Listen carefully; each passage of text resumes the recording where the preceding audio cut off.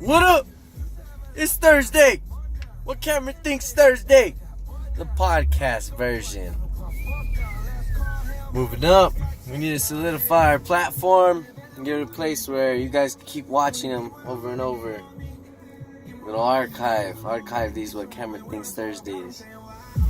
So, let's get started. First topic. A little serious. Rest in peace, Nipsey Hussle. You will be greatly missed. So, let's get to it. Who is Nipsey Hussle? And he's just some gang-banging, rolling 60s Crip, right? From Crenshaw and Slauson. That's what all he did? Nah, that's not all he did. Let me tell you, that is definitely not all he did. First off, he was a man of the people. All he wanted to do was raise up the hood and better it. Because he knew it. He grew up in the hood and he knew what it was like. And he wanted to be better for people. Give people opportunity. It was about opportunity. Hence the name Hustle. He hustled for his opportunities. When he started off hustling, him and his brother, Black Sammy, they used to sell stuff out of the trunk of their car, man. Shirts, probably prepaid phones, anything they can hustle. You need some buds? They got it for you, man. They got all of it. Anything you need, ask them, and they would have gotten it for you. And many times, they are always getting their stuff raided and taken away by the police. It's not a legal business. And so they got some advice. Open up a store. Do it legally. That's exactly what they decided to do. They got their own shop open. Or is it Slauson Tees? I think that's what they started off as. Of course, it got raided and they got all their stuff taken. Him and his brother both go to jail. Nipsey gets out and he decides it's time for hip hop. He worked his way through hip hop. Let me tell you, he made a statement in hip hop. He did good. He was working with everyone, collabing with everyone. You name it, he probably worked with them. He's got killer music. He was a killer rapper. Amazing flow. Reminded me of Snoop Dogg. Look exactly like Snoop Dogg. Only difference between those two is that they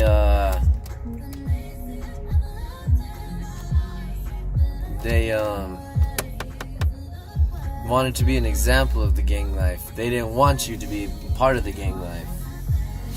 They showed you a little insight to it, but they were showing you that that's not what you needed to be. That's not all you need to be. You could be more. Be an entrepreneur. Own your own business. That's what he did. Had his own clothing line. TMC. The marathon clothing. The marathon continues. It's almost like he knew what was going to happen. Especially naming his last album, Victory Lap. Ooh, man. Oh, man. He heard his number calling. Oh, we'll get to that later. So, this dude, like I said, he was for the people. He was employing felons straight out of jail. Because they're in his hood and they need a hand. And he knows they need a hand. And he's going to hand it to them. He's going to help them out. Give them a job. And that kind of made sense to me. That he's got nothing but felons around him. So of course, most of them probably aren't strapped. And so that's why he got rolled up on so fast. But we're not there yet. Let's keep going. And so he was working on he was researching this guy named Dr. CB. And this guy was a holistic doctor. And basically he claimed to be able to cure what's it called? Diabetes, cancer, and AIDS. 3 things that are destroying America. He claims that he can cure them with natural herbs, things like that. No Western use of doctor and medicine, none of that. And he was good at it. he was actually curing people, surprisingly. And they ended up taking him to court. He had to have a court case. He went state and federal, and in both times he proved innocent. Both cases dismissed. He did some history and said that are herbs and certain things, are all those illegal? No. And is it Aristotle? He claimed to be able to cure any illness with herbs, and the court said that was true, and he said, I got nothing more to say. They dismissed it. He was good to go. Boom, he can do it. And so I say they, but we know who they is. They waited till he got his 13th AIDS patient cured, and suddenly he's dead, gets executed. So that's pretty weird. And Nipsey was looking into this, and he decided that he was gonna make a documentary on the trial that was going on in both trials. And allegedly, this is a conspiracy, don't get mad, allegedly the government did not like this, and they know they needed to silence him because he was a big name, real credible. He's got respect in the hood. Outside of the hood, he has respect by many. Now I'm talking cops are outspokenly saying that he will be missed. Let's go back. We're going back. And so they say that they hired the government, big pharma, whoever you decide to say who they is, would have hired this idiot of a person, Eric Holder, to basically go assassinate Nipsey Hussle in front of his store. Wild. And then if it's someone from the hood, you're gonna blame the hood, and the government's not gonna get blamed for it. But that's the conspiracy, and personally, it seems a little too close. Like, don't get me wrong, like, it's a lot of signs are there. Like, he died at the age of 33. Dr. CB died when he was 13. His 13th AIDS patient was cured. The Freemasons, the Illuminati, they like to leave their mark whenever they do something, i.e. when they kill someone. Most of the time, they do it with numbers. 13, 33. But, like I said, that's just a conspiracy. I personally don't believe it because this idiot, Eric Holder, he was labeled as a snitch. He was an informant.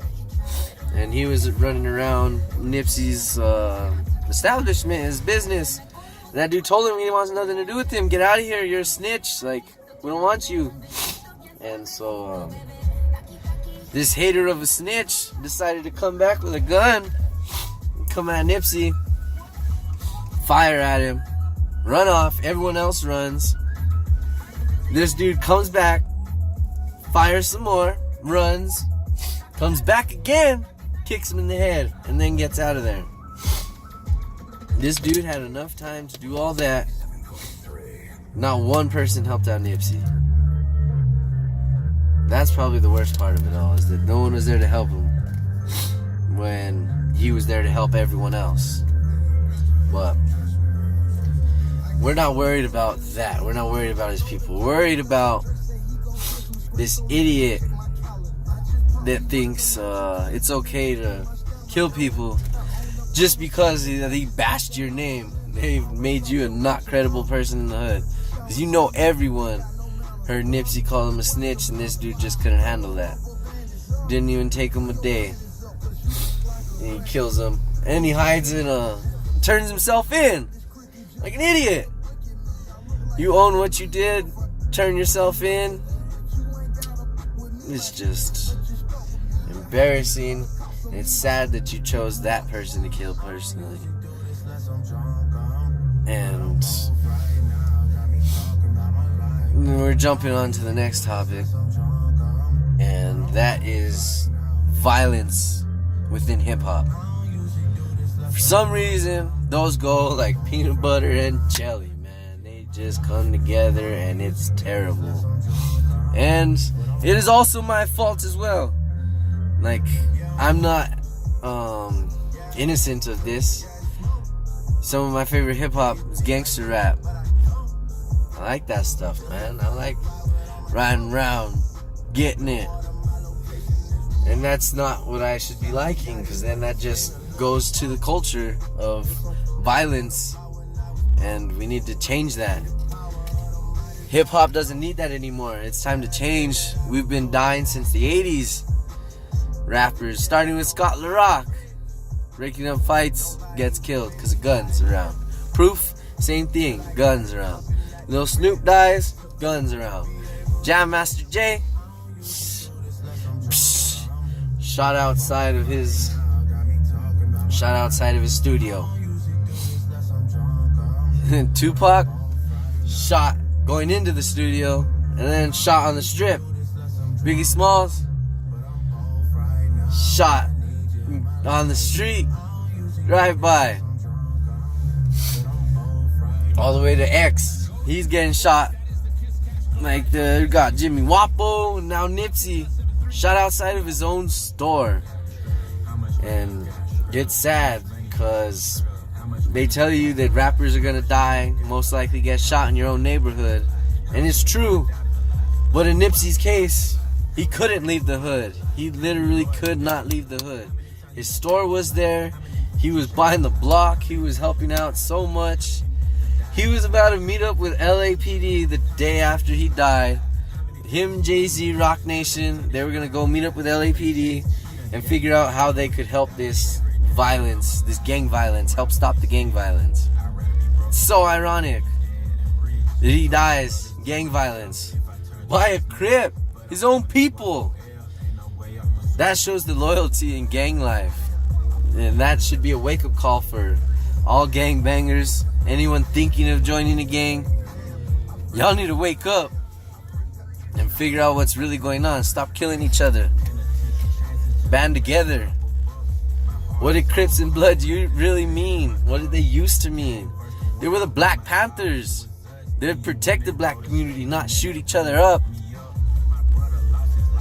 We need to change this. And it's not... Yes, the gangster rap needed to be made because people needed to know about the state of the culture, the state of what's going on, where they lived. It's a diary. Hip-hop is them rapping about their lifestyle. And yeah, the lifestyle hasn't changed. A lot hasn't changed. But it doesn't mean we can't change the subject. Can't rap about something different. Change the subject and we change the outcome of what's happening. And no, we don't need none of this mumble druggy stuff either. That's not any good. That's killing people just as much. We'll go to the other side. You got Mac Miller, you got Lil Peep. All of this overdosing, all of these shootings. Hip hop is in a sick state right now. But you know what? I wouldn't want it any other way, man. Cause that's capital HIP dash capital HOP, hip hop, baby, at its roots. But it doesn't mean hip hop can't change for the better. And that is what Cameron thinks on Thursday. First one's in the books, boys. Tell me what you think. Give me some comments. Serious comments. Don't be a douche. I really need some help. Maybe we could, we got a lot of things geared up, coming up. We need to be on the lookout for it. Oh, man. I got, my Snapchat. Everything's, all my handles are CamSancho_06. Follow me. Leave a like, leave a comment, let me know how I could better this. And it's not going to be just about hip-hop. I want this to be about music altogether. And sometimes it won't even be about music. This is just what Cameron thinks. And I'd like to thank you. Cameron Thinks Thursday.